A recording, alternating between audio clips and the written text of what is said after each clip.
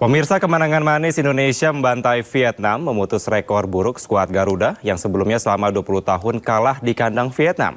Hasil gemilang ini pun turut membawa Indonesia menghuni peringkat 2 klasmen grup F dengan koleksi 7 poin.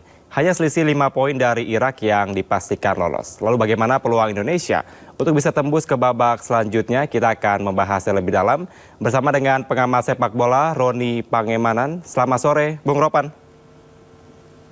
Selamat sore, Bung Kevin Pakan. Baik, Bung Ropan, ini berbekal kemenangan di Hanoi pada kemarin. Skuad Garuda memiliki peluang besar tentunya untuk bisa lolos ke putaran ketiga. Kira-kira apa saja yang perlu diperhatikan dan juga dipersiapkan tentunya untuk menghadapi atau persiapan berikutnya?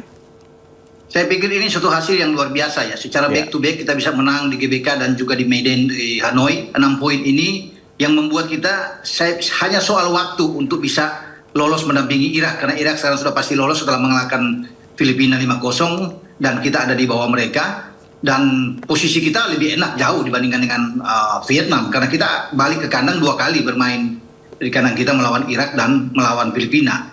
Tentunya tidak sama dengan Vietnam yang harus ke Basra setelah mereka menjamu Filipina, karena mereka bermain imbang saja melawan Filipina di saat kita menghadapi Irak itu, dan paling tidak draw kita udah lolos. Kalau Filipina bisa melakukan draw ya, kalaupun mereka kalau Vietnam bisa menang 2 kali, katakan di sini menang lawan Filipina, menang melawan Irak, saya pikir sulit ya main di Basra. Taruhlah mereka menang 9 poin maksimal poin mereka.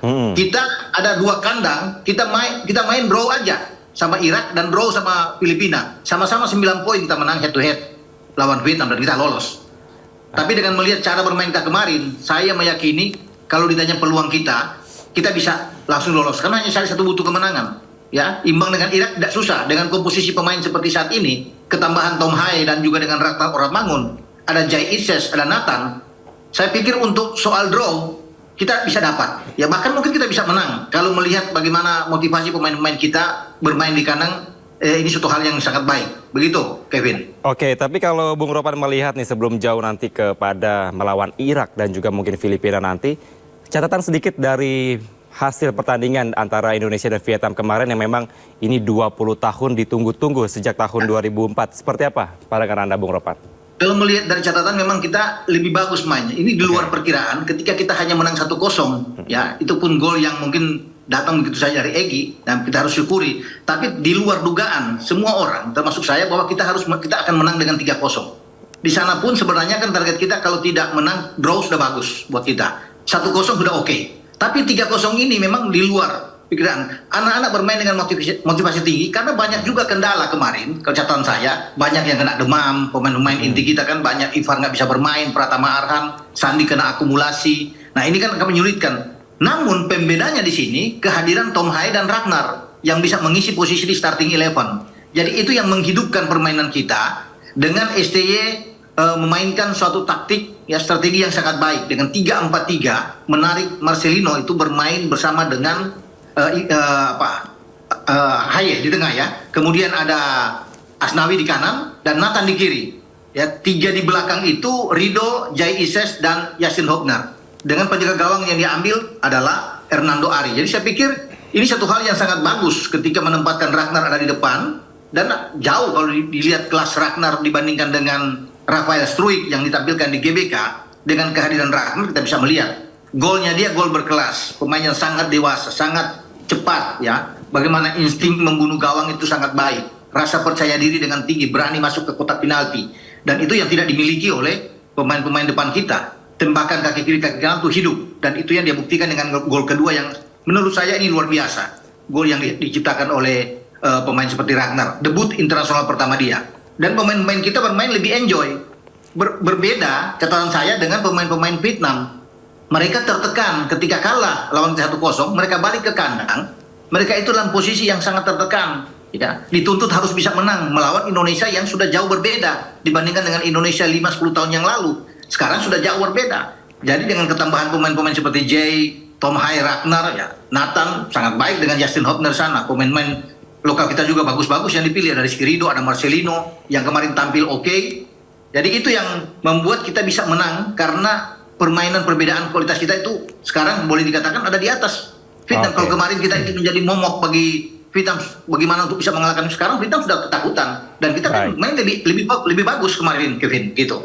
Baik, berarti adanya angin segar dan juga harapan baru tentunya bagi timnas kita untuk bisa Ya. terus meningkatkan potensi diri terutama di bidang sepak bola ini.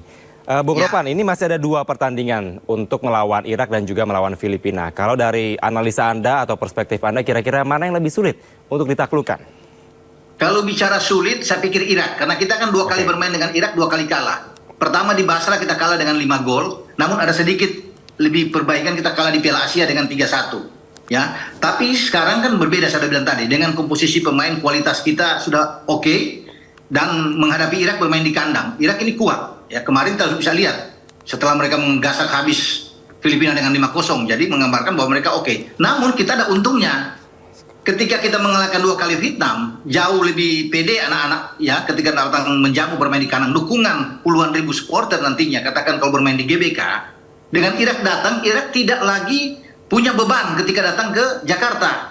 Karena mereka sudah lolos, mereka sudah pasti ke putaran ketiga dan bisa menjadi juara grup bahkan. Jadi mereka akan nothing terus, akan lebih enjoy, tidak akan ngotot bermain melawan Indonesia. Mungkin kalau tidak kalah mereka akan memilih imbang aja udah bagus Irak. Nah kita Oke. oke-oke aja kalau imbang dengan mereka karena posisi kita itu akan jauh lebih bagus dibandingkan dengan Vietnam.